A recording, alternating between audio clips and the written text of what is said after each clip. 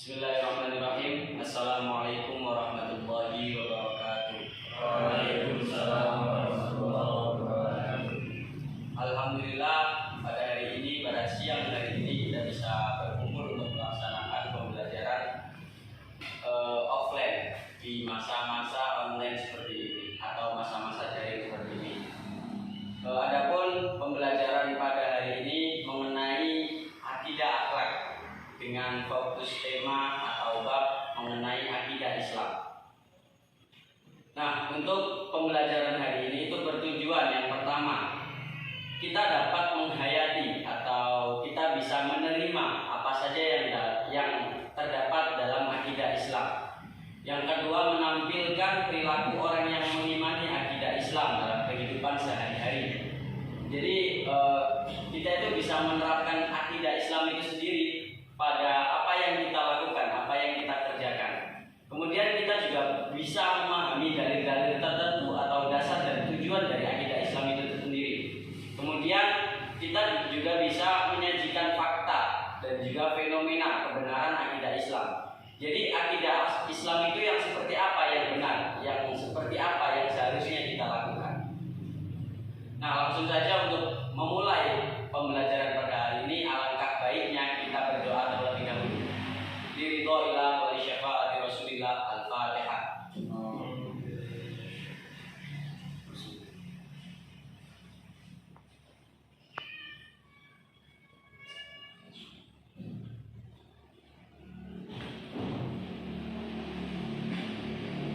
Langsung saja untuk materi yang pertama mengenai pengertian akidah Islam. Teman-teman sekalian tahu nggak akidah Islam itu apa? Atau ada yang tahu mengenai akidah Islam itu apa? Adi? Fahad? Rifat? Atau pendapat kalian mengenai akidah Islam itu apa? Bima? Islam itu apa? Kalau akidah?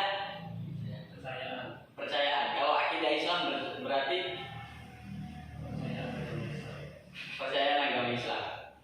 Ya, secara garis besar seperti itu. Tetapi di sini tentunya kita harus bisa memahami dalam segi terminologis atau epistemologis atau dalam segi bahasa dan juga dalam segi istilah. Nah, dalam segi bahasa sendiri, akidah Islam itu merupakan suatu ikatan atau perjanjian yang kita lakukan. Itu secara bahasa. Artinya akidah atau yang berasal dari aqadah, yaqidu, aqid, iqadan, muqidun, muqadun, muqadun, atau aqadah, yu'aqidu, aqid, ta'qidan.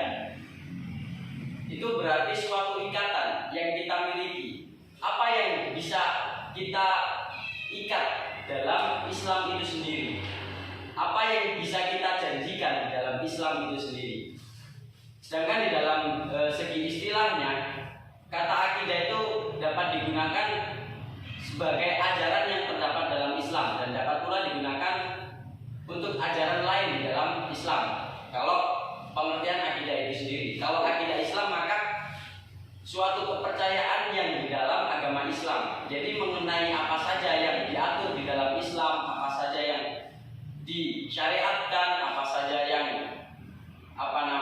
diwajibkan, disunahkan, diharamkan, dimakruhkan, itu semua dalam konteks standar akidah Islam.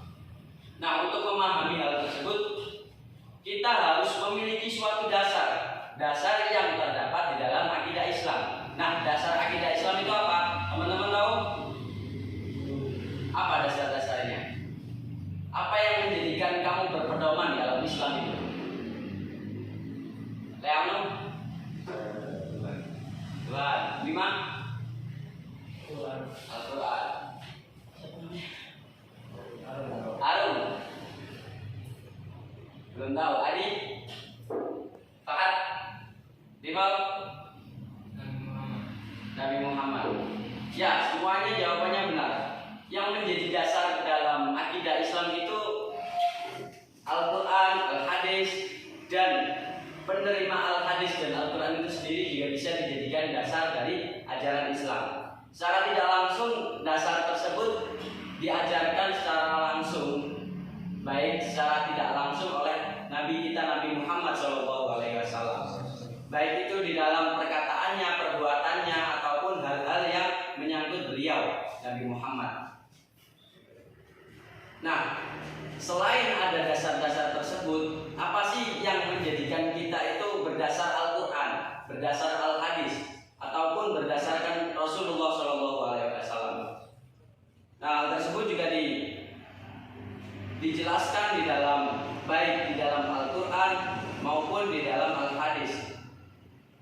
Ada suatu ayat Al-Quran, khususnya di dalam surat An-Nisa ayat 136, yang mana dijelaskan di sini, A'udzubillahi minasyaitonirrajim, Bismillahirrahmanirrahim. Ya ayyuhalladzina amanu aminu billahi wa rasulihi wal kitabi alladzi nazzala ala rasulihi wal kitabi alladzi anzala min qablu wa may yakfur billahi wa malaikatihi wa kutubihi wa rusulihi wal yaumil akhir faqad dhalla dhalalan ba'ida.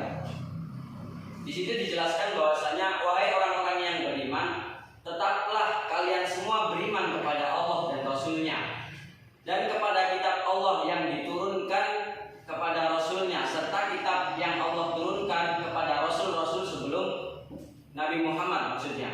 Dan barang siapa yang kafir atau mengingkari hal tersebut, baik itu kepada Allah, kepada malaikat Allah, kepada kitab-kitab Allah, kepada Rasul-Rasul Allah, dan hari kemudian atau hari akhir, maka sesungguhnya adalah dhalalan ba'ida.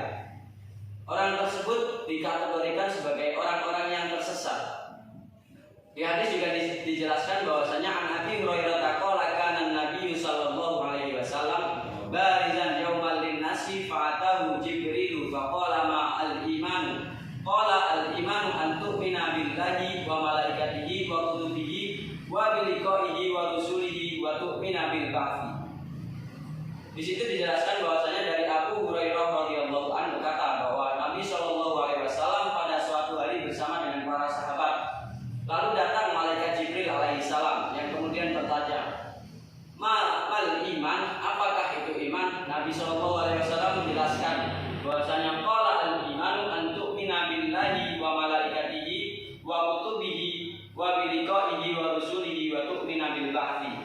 Bahwasanya Nabi menjelaskan bahwasanya iman itu merupakan kita beriman kepada Allah, kita beriman kepada malaikat-malaikat Allah, kita beriman kepada kitab-kitab Allah, dan kita beriman dengan pertemuan dengan Allah dan Rasul-Rasul Allah, dan kamu beriman kepada hari kebangkitan. Yang mana iman-iman di situ dijelaskan bahwasanya kita itu hendaknya mengimani atau meyakini, kita juga mengikat janji di dalam situ bahwasanya iman itu kita harus percaya bahwasanya ada kitab-kitab sebelum Al-Quran yang diturunkan kepada Nabi siapa saja? Taurat, Injil, Zabur. Taurat Nabi Musa, Zabur, Injil, Al-Quran. Nah, itu salah satu hal yang perlu kita yakini atau perlu kita imani. Selain belajar mengenai dasar-dasar ajaran Islam, kita juga harus tahu tujuan dari akidah Islam itu sendiri apa. Di sini dijelaskan bahwasanya tujuan dari akidah Islam itu ada banyak sekali. Yang pertama, mengetahui petunjuk hidup yang benar serta dapat membedakan yang benar dan yang salah. Jadi secara tidak langsung kita itu berakidah, kita itu mampu membedakan mana yang baik menurut agama, mana yang buruk menurut agama, mana yang diwajibkan oleh agama, mana yang dimakruhkan oleh agama, mana yang dimubahkan oleh agama, mana yang diharamkan oleh agama, dan yang lain sebagainya. Sebagai contoh, apakah sholat itu diwajibkan oleh agama? Bentuk kewajibannya di mana?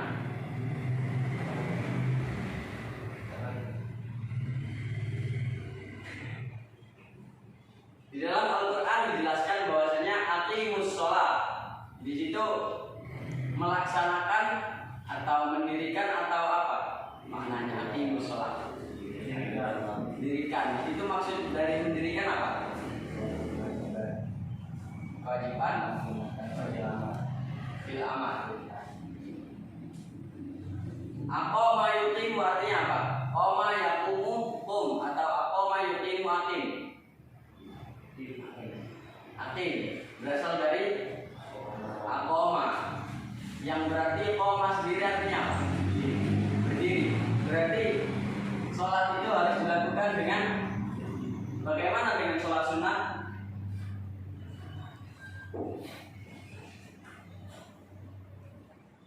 Gimana? Ya, salah satu hal yang bisa kita ketahui di situ bahwasanya kewajiban sholat berdiri itu terletak di sholat 5 waktu. Untuk sholat sunnah boleh nggak kita duduk meskipun kita mampu dengan berdiri? Boleh. Ya, sebagai contoh itulah salah satu petunjuk hidup atau petunjuk pelaksanaan dalam hal ibadah.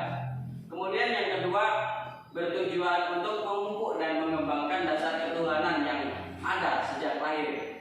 Jadi di sini maksud sejak lahir itu kita sebelum dilahirkan itu sebenarnya punya suatu akidah atau ikatan atau perjanjian sebelum kita dilahirkan. Nah, kata memupuk dan mengembangkan kita itu benar-benar kalau kata istilah Pak Zaki itu ketika jasad ketemu ruh itu akan menemukan atau menimbulkan suatu nafsu atau syahwat. Nah, adanya ruh sebenarnya itu ruh sendiri itu tidak punya nafsu dan tidak mempunyai syahwat. Yang menimbulkan adanya nafsu dan syahwat ketika ruh ini disejajarkan dengan jasad. Ketika kita sudah tidak memiliki jasad, apakah kita punya nafsu? Apakah kita punya syahwat? Nah, ruh ini sendiri sebelum kita dilahirkan, sebelum ruh ini ditiupkan oleh Allah Subhanahu wa taala pada janin umur 4 bulan, itu sudah memiliki akidah tersendiri atau memiliki kepercayaan bahwasanya hanya Allah lah Tuhannya, hanya Rasulullah lah Rasulnya. Jadi setelah ruh ini dipersatukan dengan jasad, maka hal itu menimbulkan suatu nafsu atau menimbulkan suatu syahwat yang ada kemungkinan hilangnya akidah tersebut, ada kemungkinan hilangnya perjanjian tersebut karena adanya nafsu dan juga syahwat. Maka di dunia ini tidak hanya adanya akidah Islam, adanya akidah Nasrani atau agama-agama lain selain agama Islam, karena ditimbulkan oleh nafsu atau syahwat sendiri yang ditimbulkan dari adanya penyatuan antara ruh dan juga jasad. Kemudian tujuan akidah Islam yang selanjutnya adalah memelihara manusia dari kesyirikan. Maksud memelihara di sini adalah untuk mencegah manusia dari kesyirikan. Perlu adanya tuntunan yang jelas tentang kepercayaan terhadap Tuhan yang Maha Esa. Jadi di sini syirik itu dikategorikan sebagai kita itu bisa mempercayai la ma'buda illallah. Jadi kita itu tidak menyembah kecuali Allah. Bentuk menyembah itu seperti apa sih?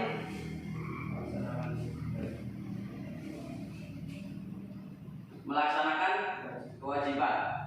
Kalau contoh syiriknya seperti apa? Laksanakan. Berarti orang yang melanggar perintah itu termasuk syirik. Gimana? Gimana nih? Gimana?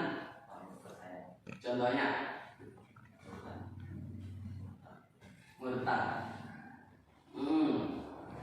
Secara jelasnya, secara gamblangnya seperti itu. Jadi orang yang benar-benar keluar dari ikatan Islam atau yang dinamakan murtad itu benar-benar syirik atau menyembah selain Allah. Kemudian tujuan akidah yang selanjutnya yaitu menghindari diri dari pengaruh akal pikiran yang menyesatkan. Jadi karena adanya nafsu dan syahwat tadi, dengan itulah kita mampu atau tega atau bisa hilang akidah kita. Jadi dengan adanya akidah Islam, kita itu kembali mengikat perjanjian, kembali mengikat ajaran-ajaran yang terdapat dalam ajaran Islam. Seperti contoh, kalian di dalam seperti contoh cerita Nabi Yusuf. Pada saat itu beliau hendak digoda oleh Siti